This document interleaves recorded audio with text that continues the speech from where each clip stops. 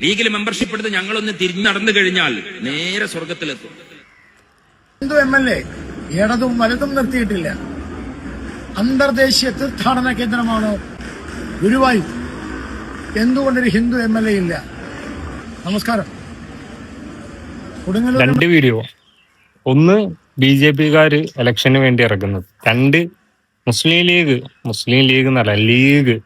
മുസ്ലിങ്ങൾക്ക് അങ്ങനെ ഒരു പാർട്ടി ഇല്ല. സത്യത്തിൽ ഞാൻ പഠിച്ചിട്ടില്ല. ഞാൻ പഠിച്ച കിതാബിലോ ഞാൻ പഠിച്ച ഇതിലോ ഒന്നിലും തന്നെ ഇങ്ങനെ കിതാബുകളിൽ എഴുതി വെച്ചിട്ടില്ലേ ഇങ്ങനെ ഒരു രാഷ്ട്രീയ പാർട്ടിയോട് കൂടിയാലാണ് സ്വർഗം ലഭിക്കുകയുള്ളൂ, ഇങ്ങനെ പാർട്ടിയോട് കൂടിയാലാണ് പണ്ട് നബി പറഞ്ഞു അല്ലെങ്കിൽ അവര് പറഞ്ഞു ഇവര് പറഞ്ഞു എന്നുള്ളത് പഠിപ്പിച്ചിട്ടില്ല.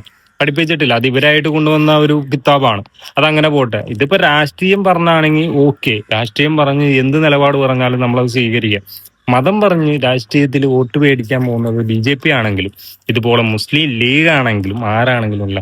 മോൻ കണ്ടിട്ട് തന്നെ കാർപ്പിച്ച് തുപ്പിക്കുവോ? നോക്കിയും കണ്ട് വോട്ട് ചെയ്യുക. അത് അത്രേ എനിക്ക് പറയാനുള്ളൂ. രാഷ്ട്രീയപരമായിട്ട് സംസാരിക്കാനേ എനിക്കറിയില്ല.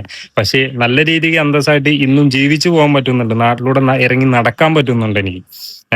എവിടെ വേണമെങ്കിലും പോകാൻ പറ്റുന്നുണ്ട്. എന്ത് വേണമെങ്കിലും പറയാനുള്ള സ്വാതന്ത്ര്യമുണ്ട്.